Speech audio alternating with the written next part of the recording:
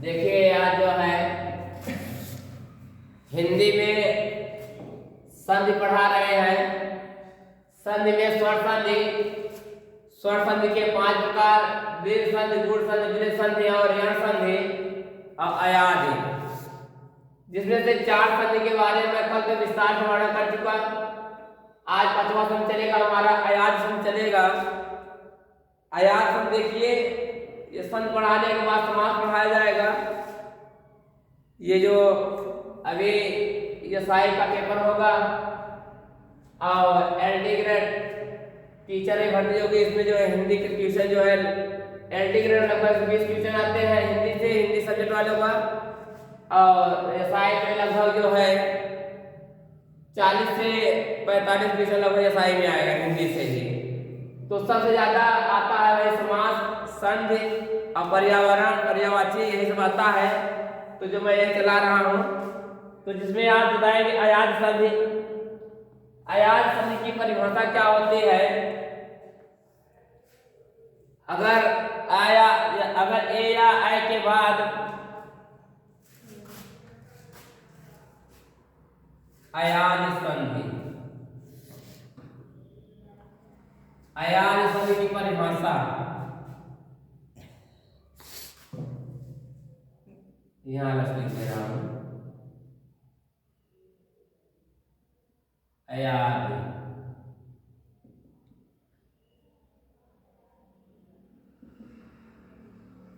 अयाधि संधि। अयाधि संधि में देखिए, यदि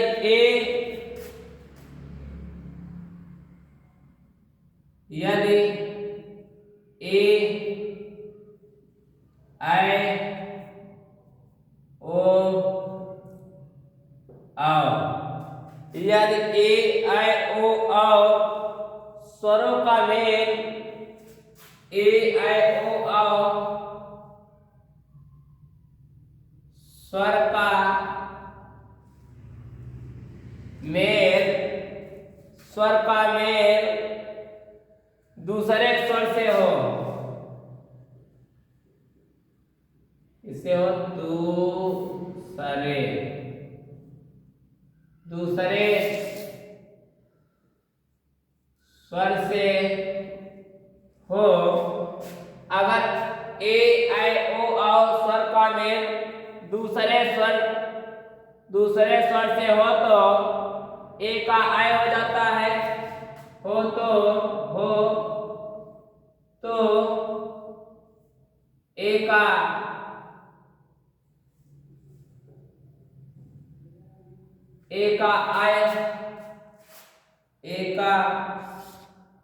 आय, ओ का आव, ए का आय, ओ का आय, ओ का क्या हो जाएगा? ओ का आय और ए का आय,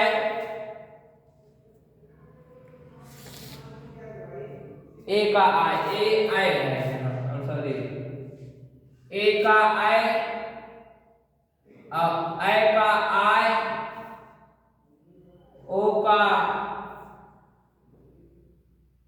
आव, आव का आव, आव का आव में, आव का आव में परिवर्तन होता है। देखिए, यदि ए आई ओ आओ स्वर का मेल दूसरे स्वर से हो तो, दूसरे स्वर से हो तो ए का आय का आय, ओ का आव और आव का आव में परिवर्तन हो जाता है। जैसे कहते हैं ए धन आ बराबर आय, ए धन आ बराबर आय, तो ए धन आ बराबर आय में जैसे हम कहते हैं कि से धन आन, जैसे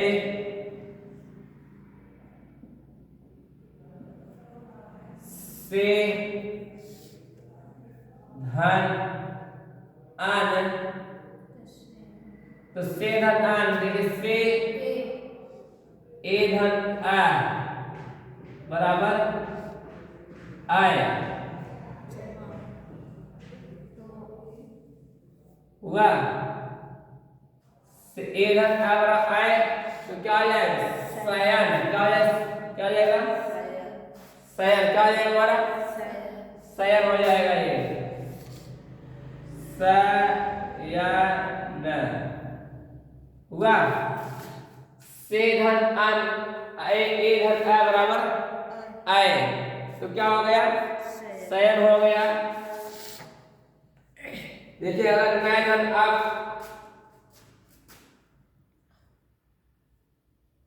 नए धन अब, तो क्या है आय धन अन, आय धन अ बराबर आय, तो क्या है नए धन अब नायक, क्या आ जाएगा नायक, नए धन अब नायक, गए धन अब गायक, दय धन इनी दायनी, दय दय धन इनी, दय धन इनी, तो आय धन ई, आय धन ई बराबर क्या हुआ दायनी धन इनी, आय धन आ रहा है, दय धन इनी अनि होता है, इसमें ई छिपा है आ है, क्या आएगा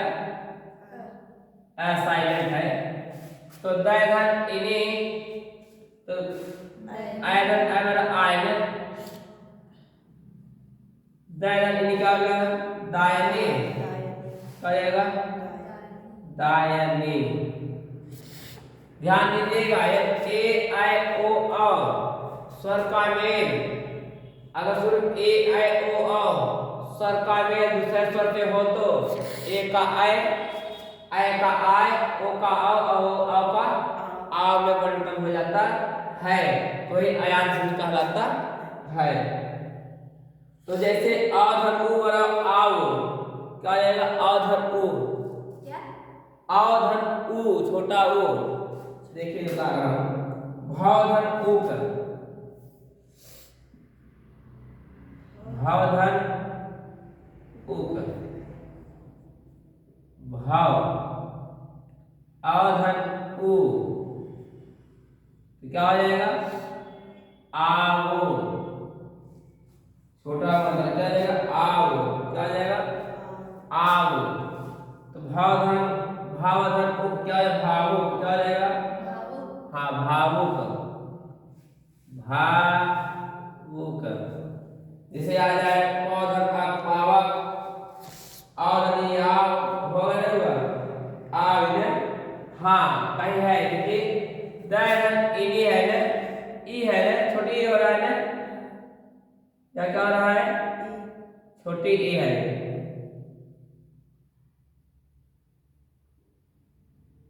छोटी ई, दयन इनी, आय धन ई बराबर आई, क्या हो जाएगा आई, आई आई होना चाहिए, ठीक है इसमें दूसरा है। देखिए उसके बाद क्या है, जैसे कि पौधन पावक, नौधन एक नाविक, नौधन एक लिखाए हैं नहीं ना, नौधन एक क्या रहा है नव, अवधन ई छोटी ई है, अवधन ई, अवधन ई बराबर आवी, क्या आ जाएगा आवी, तो नाविक क्या आ जाएगा नाविक। देखिए ये मायने रखता है कि ये अच्छा जहां रहेगा वहां ये सब प्रयोग किया जाएगा, ध्यान दीजिएगा और जैसे इसमें आय है, आयन, इसमें ई भी आ रहा है, आ रहा है, ई है भले, परंतु उच्चारण जो है आ का कर रहा है, इसलिए यहाँ आया, इधर आय। अगर जब हम आव तो वहां पर जो है जो ये मात्रा रहेगा, छोटी रहेगा छोटी रहेगा, छोटा हो रहेगा छोटा रहेगा, बड़ा हो रहेगा तो बड़ा का लगेगा। अब जैसे कि कह दिया जाए कि पौधन अनपावन हो गया, पौधन एक साविक, क्या सावधन एक, सावधन एक, आओ धन छोटे ए बराबर आविक, तो हो जाएगा क्या साविक न साविक, साविक, समझा रहा है। जैसे आ जाए स्रोधन आन, स्रोधन आन, स्रोधन आन, स्रो ओ आ रहा है, ओधन आ, ओधन आ रहा क्या होगा, आओ, क्या हो जाएगा श्रावण, क्या हो जाएगा श्रावण, क्या हो जाएगा श्रावण, श्रावण, समझा रहा है। जैसे भोधन अन भवन, भोधन अन, भोधन अन, ओधन आ बराबर आव, क्या हो गया भवन। इतना समझ आए। ये आयात शब्द क्या है, आयात शब्द। अब आयात शब्द के बाद आता है, देखिए अब आता है स्वर संधि खत्म हुआ, स्वर संधि खत्म हुआ, स्वर संधि के बाद आता है संधि में व्यंजन संधि। व्यंजन संधि के कुल 7 नियम हैं, तो सातों नियम में क्या क्या है पूरा विस्तार बताने जा रहा हूं। तो देखिए कम से कम 3-4-5 तो आज बता ही देंगे, 2-3 बजे कल बता दिया जाएगा। तो देखिए सबसे पहले व्यंजन संधि किसे कहते हैं, व्यंजन संधि की परिभाषा क्या होती है। व्यंजन संधि की परिभाषा,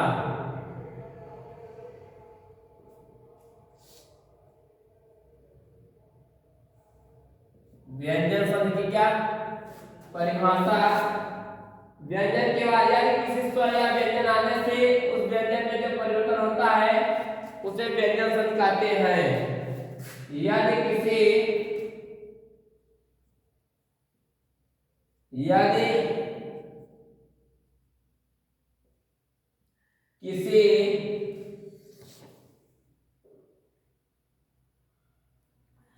स्वर या व्यंजन आने से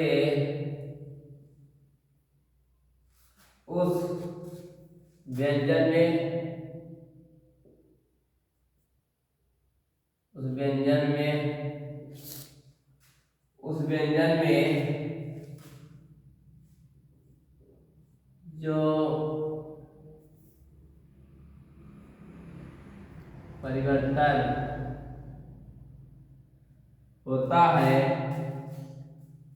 जो परिवर्तन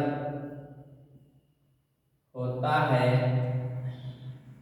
उसे व्यंजन संधि कहते हैं, उसे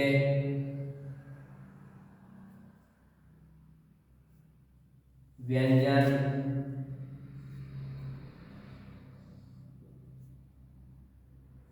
संधि कहते हैं।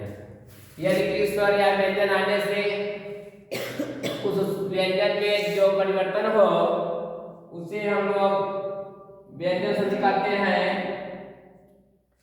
इसका नियम पढ़ देखिए। नियम फर्स्ट। इसका प्रथम रूल क्या कह रहा है, प्रथम नियम क्या कहता है, देखिए इसमें है कि वर्ण के पहले वर्ण का तीसरा वर्ण में परिवर्तन, वर्ण के पहले वर्ण के तीसरे वर्ण में परिवर्तन करना। पहला नियम है वर्ण के पहले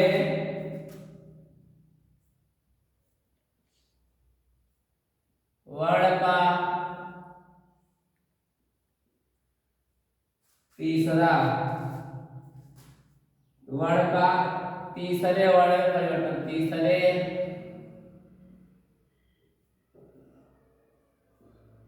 वर्ण में परिवर्तन।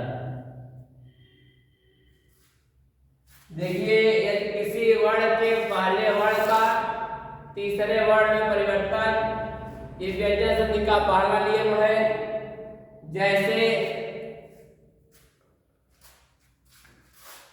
जैसे लिख दिया जाए कि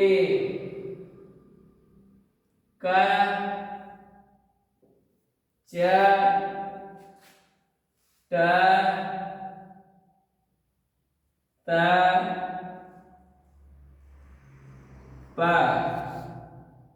सब में लगा लीजिएगा। इसमें हलंत होना चाहिए, ठीक है, बिना हलंत का सही नहीं माना जाएगा। देखिए का जो है, का मेल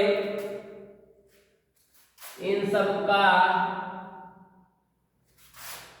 मेल, इन सब का मेल जो है स्वर चौथे वर्ण का अंत होने पर, जैसे कि इन सब का मेल किस होगा, ग ज, क्या कर रहा है, वर्ण के पहले वर्ण का तीसरे वर्ण में परिवर्तन, पहले वर्ण का तीसरे वर्ण में, का ज, च का ज और ट का ड और त का द, प का ब होगा, उसे प फ ब, हाँ सही, प का ब में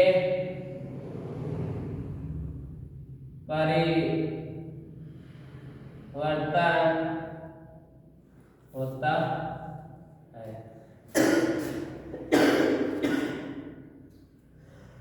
देखिए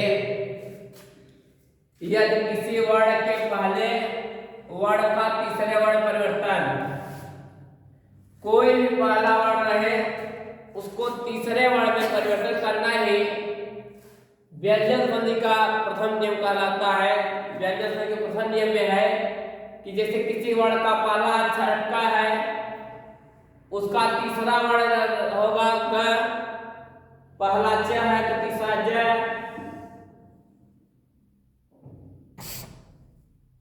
ये सब जो है परिवर्तन होना ही व्यंजन संधि का जो है पहला नियम कहलाता है।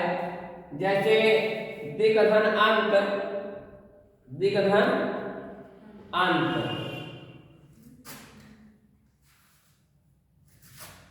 जैसे इसका यहाँ पर लिखा देंगे, जैसे दिग्धन अंक, दिग्धन अंक, अंत नहीं अंक, दिग्धन, हाँ दिग्धन अंतिक, अंतिक क्या वही, हाँ ठीक है, दिग्धन अंत, ये क्या आ जाएगा, देखिए किसी, सुनिए किसी शब्द किसी वर्ण के पहला वर्ण का तीसरे वर्ण में, पहला वर्ण का है इसका तीसरा क्या आ जाएगा ग, तो दिगंत क्या आ जाएगी, दिगंत, समझ रहा है, यहाँ लिख दे रहा हूं कि कोष्ठक में क का ग में। समझ रहे नहीं? ध्यान रखना। जैसे दिक धन गज, दिक धन गज, यहाँ क है ना, क का ग हो जाएगा ना, दिक धन गज क्या हो जाएगा? हाँ, दिग्गज। देखिए का हो गया, एक गये हो गया, का हो गया, तो एक आधा का हो गया, एक का पूरा का, एक पूरा का हो गया, एक का आधा का हो गया, तो क्या हो गया? दिग्गज। वाक धन ईश, वाक धन ईश। अब यहाँ देखिए का क्या हो जा रहा है? का यहाँ भी हो जा रहा है, तो वाक धन ईश बड़ी मात्रा है ना, तो क्या हो जाएगा? वागीश। क्या होगा? वागीश। उसके बाद सतधन धर्म, नहीं मतलब आज काटो, आज धन अंत,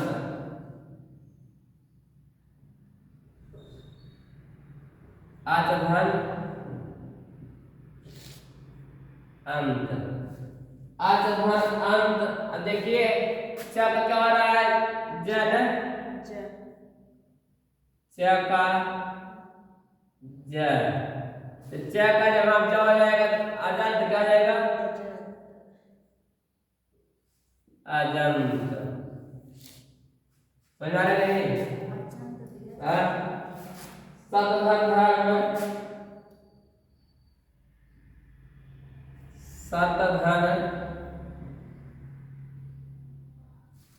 सतधन धर्म। अब देखिए सतधन धर्म, स का किस में हो रहा है? ता का किस में हो रहा है? ता का द में, तो सतधन धर्म, तो सद्धर्म क्या होगा? सद्धर्म,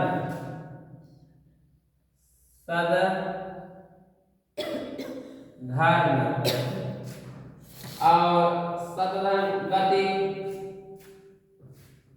सतधन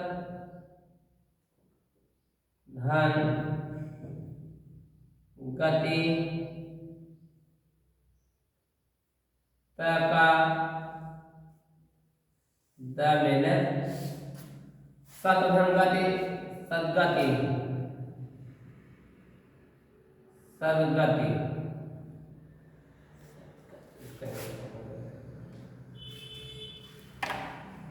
उसके बाद तदधन आव, तदधन भाव, सत धन भाव, त का द में तदधन भाव, तदभाव, तदभाव। अगर आ जाए जगत धन अम्बा, जगत धन अम्बा, यहाँ तक का द में जगदम्बा, क्या हो जाएगा? जगदम्बा, जगदम्बा। अगर आ जाए भगवत धन गीता, भगवत धन गीता, यहाँ भी भगवत धन का द में भगवत धन गीता, भगवत गीता, क्या भगवत गीता न भगवत भगवद गीता। एक भगवद गीता होता है न, भगवत भगवत नहीं भगवत होता है। हम लोग भगवत कहते हैं, भगवत होता है, पर भगवत होता है, भगवद गीता होता है। हम लोग क्या कहते हैं? भगवत। क्या बोलते हैं? भगवत होता है, भगवत गीता कहते हैं। ये हम पढ़ते हैं, पर शुद्ध ये नहीं है, शुद्ध ये है भगवत गीता, भगवत गीता। और देखिए जैसे ऋग धर्मवेद,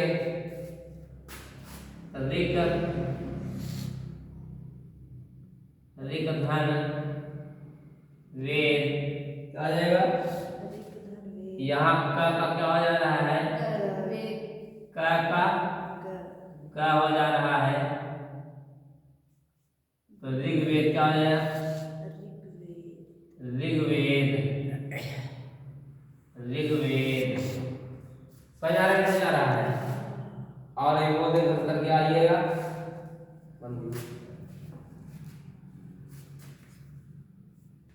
देखिए व्यंजन संधि का पहला नियम खत्म हो गया।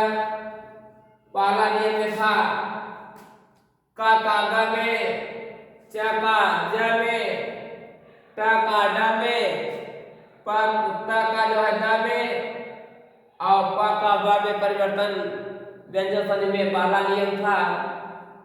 दूसरा नियम है कि किसी वर्ण के पहले वर्ण का पांचवें वर्ण में परिवर्तन, किसी वर्ण के पहले वर्ण का पांचवें वर्ण में परिवर्तन। जैसे कि का पांचवा वर्ण क्या हो जाएगा? का पांचवा वर्ण क्या होता है? अंग। का पांचवा वर्ण अंगा होता है, ठीक है। तो नियम 2 क्या है देखिए,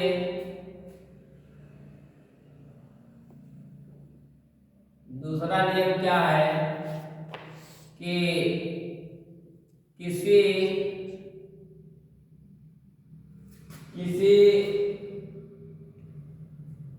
वर्ग के,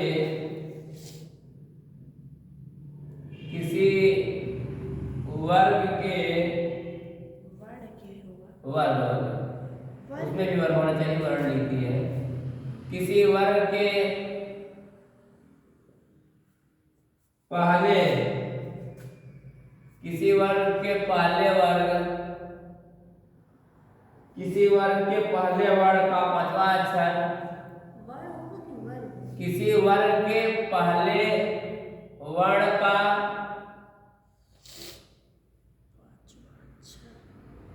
पांचवा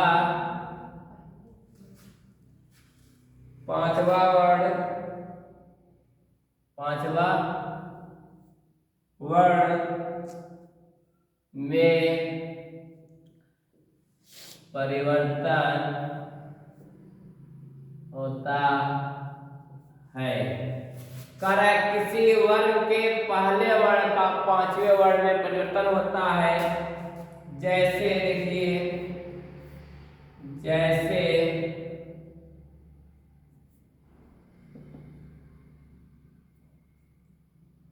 का अंग में, का अंग, और च का य, ट का आड़, और त का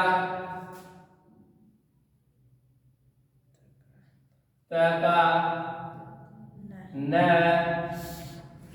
प का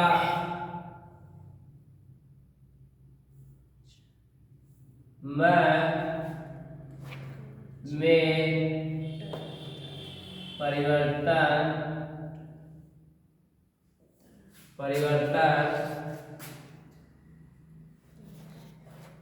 होता है। देखिए किसी वर्ग के पहले वर्ण का पांचवा वर्ण में परिवर्तन होना है। का अंग, च का य, ट का आड़, त का न,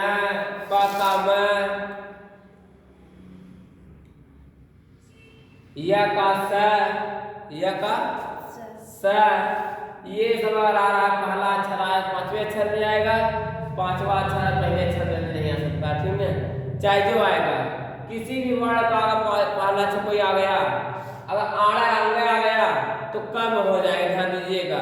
पांचवा पहला अक्षर पहला वर्ण पांचवें वर्ण में ऑटोमेटिक क्या हो जाएगा, परिवर्तन हो जाएगा। जैसे कि अनुनासिक वर्ण से होने पर न एवं न में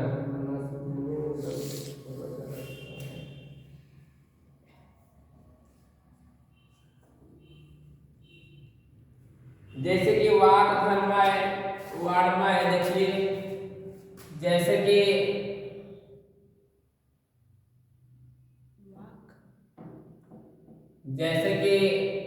वाक वाक धर्मय वाक धन मय, यहाँ देखिए क्या आ रहा है का किसी वर्ण के पहले वर्ण का पांचवा अक्षर, पहले वर्ण पांचवा अक्षर क्या होगा, अंग, का अंग हो जाएगा। तो वाक धर्मय तो वाणमय वाणमय, ये अंगा वाला बुद्धि है ये, ठीक ना, ठीक। वाणमय उत्थन मत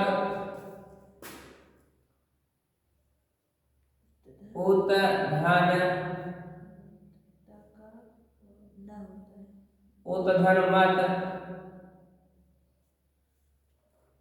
ता का क्या होता है, ता का न है ना, उत्थन मत उन्मत, क्या, हाँ उन्मत उन्मत। अगर आया उत्थन मेष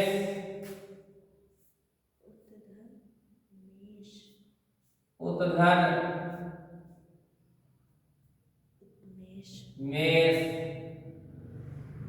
तका न उत्थन मेष उन्मेष, क्या उन्मेष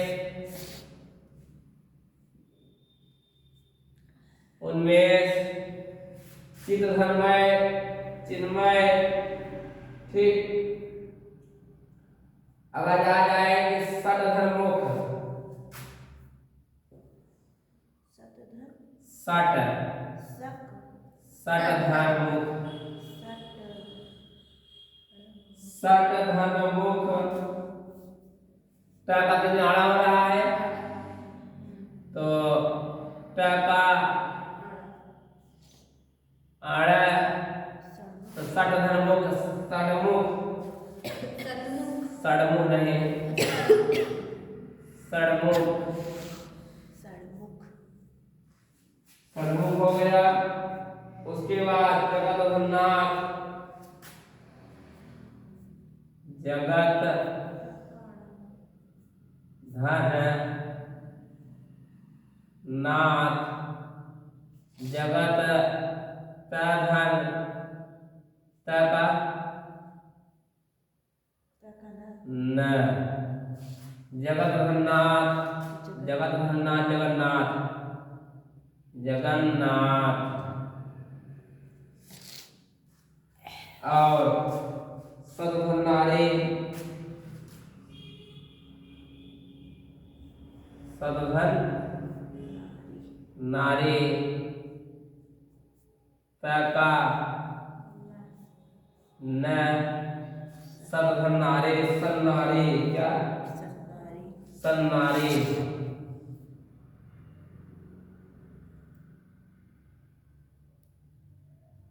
सदधनाय सन्नारी।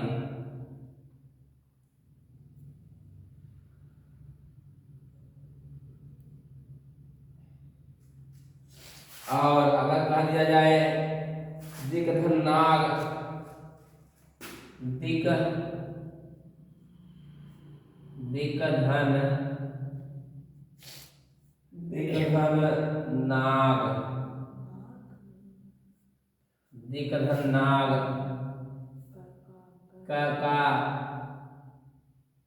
अंग दिग्धनाग दृढ़नाग तिंगनाग